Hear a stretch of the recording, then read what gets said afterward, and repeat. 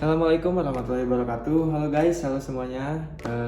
Di sini saya akan sedikit menjelaskan dengan rekan-rekan saya, rekan kelompok saya, yaitu ada Haji Tawaktul Ramdhani, ada Muhammad Arifin Rais, ada Ahmad Nijar Sadili, Faisal Satria, dengan saya sendiri yaitu Jeji Fauji, akan sedikit membuat video ringkasan tentang sejarah sistem informasi manajemen dan tantangan dalam pengembangan sistem. Dari mulai misalkan dari era satunya SIM itu bagaimana, dari era pertama itu ada mainframe dan mini komputer, terus yang era keduanya itu ada personal komputer, lalu di era ketiganya itu ada server network, dan era keempat ada enterprise computing, dan yang kelima itu era terakhir yaitu ada di cloud computing. Nah, nanti akan ada sedikit ringkasan sedikit penjelasan dari era pertama, mulai dari era pertama sampai era terakhir oleh rekan-rekan saya. Oke, selamat menyaksikan. Nah, sejarah sistem informasi manajemen itu tidak lepas dari perkembangan teknologi informasi. Sistem informasi manajemen mengikuti perkembangan yang terjadi pada dunia teknologi, karena sistem informasi manajemen adalah sistem yang menggunakan teknologi dalam melakukan pengumpulan data, pengelolaan data menjadi sebuah informasi yang berguna. Walaupun pada sejarah awalnya sistem informasi manajemen mungkin saja tidak menggunakan atau membutuhkan teknologi. Mungkin saja sebelum ditemukannya komputer atau bahkan mesin ketik, sistem informasi manajemen atau bisa disebut juga SIM telah ada walau tidak menjadi sebuah ilmu pengetahuan yang tanpa disadari yang telah dilakukan. Karena pada awal mula ilmu manajemen diterapkan, tidak ditemukan teknologi yang mendukung sistem informasi manajemen. Semua kegiatan yang dicatat secara manual karena skala kegiatan yang masih kecil, namun pada perkembangannya sistem informasi manajemen hampir mustahil dijalankan tanpa adanya dukungan teknologi karena kompleksnya ruang lingkup manajemen. Sistem informasi manajemen mulai mendapatkan perhatian lebih serius dari pelaku usaha sejak teknologi informasi mulai dimanfaatkan. Setidaknya menurut para ahli itu ada 5 era sistem informasi manajemen ketika sudah tersentuh teknologi komputer. Era yang pertama itu ada mainframe and mini komputer. Yang kedua ada personal komputer. Yang era ketiga server network. Yang keempat ada enterprise computing, dan yang era kelima yaitu era terakhir ada cloud computing. Nah, di sini saya akan membahas sedikit tentang sejarah SIM era pertama sebelum tahun 1965. Pertama dalam sejarah sistem informasi manajemen terjadi sebelum tahun 1965. Saat itu telah ditemukan komputer, namun bentuknya sangat besar. Dikenal dengan komputer yang dinamakan mainframe. Ukuran komputer tersebut hampir satu ruangan khusus dan membutuhkan beberapa teknisi untuk mengoperasikannya. Lalu sedikit perusahaan yang mengimplementasikan komputer dalam sistemnya karena biaya yang besar dan ribetnya komputer pada waktu itu. Bahkan satu komputer bisa dipakai oleh beberapa perusahaan. Berbagai komputer sudah umum terjadi, biaya untuk mengoperasikannya sangat besar. Nah, di sekitar tahun 1945 sampai 1955, komputer masih belum disertai dengan sistem operasinya. Komputer harus diberi instruksi yang masih dikerjakan secara langsung.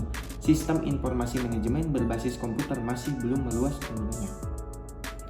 Namun, seiring perkembangannya teknologi komputer, kemudian lahirlah komputer dengan ukuran yang lebih kecil. Banyak perusahaan yang memakainya, walau mungkin pada waktu itu harga satu komputer masih sangat mahal, tapi masih terjangkau bagi perusahaan yang berukuran besar.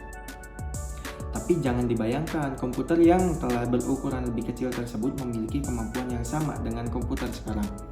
Performanya masih sangat terbatas. Terlebih lagi ahli komputer masih sangat jarang. Nah, lalu pada tahun 1955 sampai 1965, teknologi komputer sudah mulai dipakai untuk memperkerjakan tugas kantor di perusahaan. Sistem komputer masih belum dilengkapi dengan sistem operasi, namun ada beberapa fungsi dasar dari sistem operasi sudah ada hingga tahun ini. SIM yang terkomputerisasi masih jarang digunakan atau digunakan walaupun dengan banyak batasan kemampuan. Walaupun begitu, setidaknya penggunaan komputer sudah mulai meringankan kerja para karyawan jauh lebih efisien dari sebelumnya. Setidaknya perusahaan tidak lagi berbagi komputer lagi, memiliki komputer dengan ukuran yang masuk akal. Halo, nama saya Astor Dani dan saya akan menjelaskan sejarah SIM era kedua yang dimulai dari 1965 hingga 1980. Era kedua dalam sejarah sistem informasi manajemen dimulai pada tahun 1965. Saat itu, komputer telah berkembang pesat.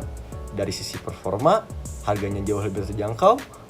Bahkan bukan hanya perusahaan, orang pribadi pun sudah banyak yang bisa memilikinya.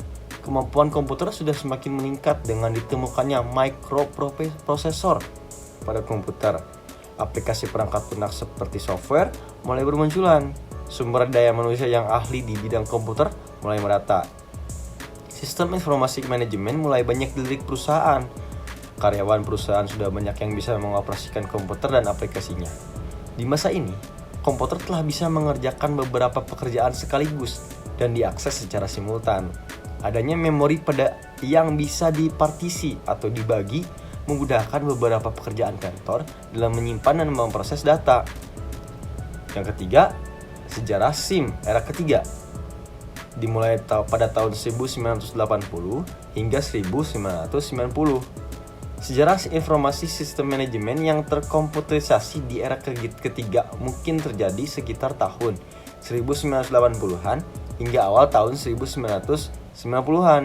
Pada era ketiga ini, SIM yang terkomputerisasi mulai banyak dipakai oleh perusahaan. Banyak perusahaan, terutama perusahaan multinasional, yang menciptakan sistem informasi mereka walaupun masih belum sempurna. Di era ini, komputer telah banyak mengalami pengembangan. Kemampuan komputer semakin meningkat dan dikenal dengan komputer desktop. Pada era ini pula tercipta teknologi jaringan TCP atau IP yang bisa menghubungkan satu komputer dengan komputer lainnya. Komputer sudah bisa terhubung dengan komputer lain dengan sebuah jaringan lokal antar komputer dalam perusahaan. Para karyawan di perusahaan sudah bisa berbagi informasi dalam format yang sederhana melalui komputer yang terhubung dengan server utama melalui jaringan yang disebut internet. Era ini membuka jalan kepada sistem informasi manajemen yang modern. Aplikasi yang menjadi cikal bakal kemajuan mulai bermunculan seperti Lotus 123, Excel, dan Multiplan Microsoft yang sangat membantu meringankan beban kerja manajemen perusahaan. Walaupun begitu, masih banyak hal yang perlu ditingkatkan dengan komputer pada zaman ini, terutama aplikasi dan kecepatan yang masih rendah. Oke, baik. Di sini saya akan melanjutkan materi yang telah dipaparkan oleh Has.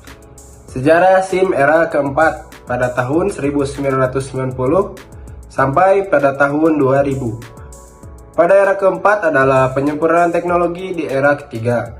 Perbaikan yang menghasilkan kecepatan akses, jaringan yang lebih mudah dan cepat. Di era ini, aplikasi perangkat lunak mulai banyak dikembangkan. Kecepatannya juga lebih tinggi jika dibandingkan dengan komputer di era sebelumnya. Beberapa departemen di perusahaan bisa dikonsolidasikan dan dihubungkan dalam satu server atau platform yang tunggal bisa dengan mudah diakses oleh setiap departemen. Software-software yang dikembangkan sudah bisa mengintegrasikan berbagai peran departemen dalam perusahaan. Departemen operasi, keuangan, pemasaran, akuntansi, sumber daya manusia, inventory, dan departemen yang lain bisa bekerja sama dengan selaras dan juga saling terhubung dengan yang lain. Peranan sistem informasi manajemen di era keempat ini mulai matang. SIM bisa membantu meningkatkan efisiensi dan efektivitas kerja perusahaan. Baik, selanjutnya yaitu sejarah sistem informasi manajemen era kelima yang pada tahun 2000 sampai sekarang. Sistem informasi manajemen di era kelima abad 21 hingga sekarang ini bisa dikatakan mengalami perkembangan yang super cepat. Era internet, era smartphone, era cloud computing. Informasi bisa diakses di mana saja, kapan saja, format apa saja, dengan kecepatan yang berkali lipat dari sebelumnya. Kecepatan pengumpulan data, pengolahan data, pelaporan informasi sudah dalam hitungan detik. Mungkin masih ingat ketika pemilu presiden dilangsungkan. Pagi harinya masyarakat melakukan pemilihan perhitungan. Dan siang hari hasil pemilu sudah bisa diketahui hasilnya dengan metode quick count. Sangat cepat. Begitu pula dengan informasi manajemen pada perusahaan. Ketika kasir sebuah minimarket mengarahkan barcode untuk alat scan, maka data seperti penjualan, stok gudang, stok toko, diskon, dan hal lain langsung tercatat otomatis dalam sistem komputer. Detik itu juga sudah tercatat, satu kali klik beberapa data sudah bisa dikumpulkan. Bisa diolah dan langsung dibagikan ke semua tempat dan waktu. Kesimpulan, dalam kurun waktu lebih dari setengah abad ketika komputer mulai dihadirkan untuk membantu pekerjaan, kemajuan teknologi informasi terkomputerisasi mengalami peningkatan yang berkali lipat dari kapasitas, kecepatan, kinerja, tampilan, kecanggihan komputer, dan teknologi informasi lainnya yang mengalami evolusi yang dramatis. Sejarah kemajuan teknologi ini mengiringi kemajuan sistem informasi manajemen dari masa ke masa. Teknologi semakin mudah menyesuaikan dengan kebutuhan sistem informasi manajemen. Kinerja perusahaan menjadi jauh lebih efisien dan efektif atas dukungan teknologi informasi. Teknologi terus melaju meninggalkan yang tidak setuju. Selanjutnya ada tantangan. Tantangan dalam pengembangan sistem informasi atau yang sering juga disebut dengan SIM merupakan sebuah proses kompleks yang syarat dengan berbagai rintangan. Berikut adalah beberapa tantangan utama yang sering dihadapi dalam pengembangan SIM. Yang pertama ada biaya. Pengembangan SIM memerlukan investasi yang signifikan dalam perangkat keras, perangkat lunak, pelatihan, dan pemeliharaan. Biaya ini dapat menjadi beban berat bagi organisasi, terutama bagi organisasi kecil dan menengah. Yang kedua ada kompleksitas. SIM merupakan sistem yang kompleks yang melibatkan berbagai komponen seperti perangkat keras, perangkat lunak, jaringan, database, dan prosedur. Kesalahan dalam desain, implementasi, atau integritasi komponen-komponen ini dapat mengakibatkan kegagalan sistem secara keseluruhan. Nama aku Muhammad Faizal Satria. Di sini aku akan melanjutkan bagian materi tantangan dalam SIM. Bagian ketiga adalah permintaan penggunaan. Kebutuhan dan keinginan pengguna SIM dapat berubah seiring waktu. Hal ini dapat menyebabkan sistem menjadi usang dan tidak lagi memenuhi kebutuhan pengguna. Yang keempat, keamanan. SIM dapat menyimpan data sensitif yang dapat menjadi target serangan siber. Kegagalan dalam menjaga keamanan sistem dapat mengakibatkan kebocoran data, penipuan, dan kerugian finansial. Dan kelima adalah resistensi terhadap perubahan. Pengguna yang terbiasa dengan sistem lama mungkin resisten terhadap perubahan yang dibawa oleh SIM. Hal ini dapat menghambat adopsi dan penggunaan sistem secara efektif. Yang keenam adalah integrasi. SIM perlu diintegrasikan dengan sistem lain yang ada di organisasi. Integrasi dapat menjadi rumit dan memakan, terutama jika sistem-sistem tersebut tidak kompatibel. Yang ketujuh adalah kurangnya dukungan manajemen. Dukungan dari manajemen puncak sangat penting untuk keberhasilan pengembangan SIM. Tanpa dukungan yang memadai, proyek SIM dapat terhambat atau bahkan gagal. Nah, strategi mengatasi tantangan ada perencanaan yang matang, penglibatan pemangku kepentingan, metodologi pengembangan yang tepat, pengujian sistem menyeluruh, pelatihan pengguna, keamanan sistem, monitoring dan evaluasi. Dan kesimpulannya adalah pengembangan SIM adalah sebuah proses kompleks dan penuh dengan tantangan, namun dengan perencanaan yang matang, strategi yang tepat, dan dukungan dari semua pihak, rintangan-rintangan ini dapat diatasi dan SIM dapat memberikan manfaat yang signifikan bagi organisasi. Mungkin ya seperti itulah penjelasan dari kami tentang sistem informasi manajemen itu dari dulu itu sejarahnya bagaimana, lalu ya itu dari tantangan-tantangannya sebagainya itu bagaimana. Mungkin cuma segitu. Apabila kalau misalkan ada yang kurang paham, mohon maaf. Kami juga di sini belajar. Mungkin cukup sekian dari kami. Sebelumnya terima kasih banyak telah menonton video ini sampai akhir. Assalamualaikum warahmatullahi wabarakatuh.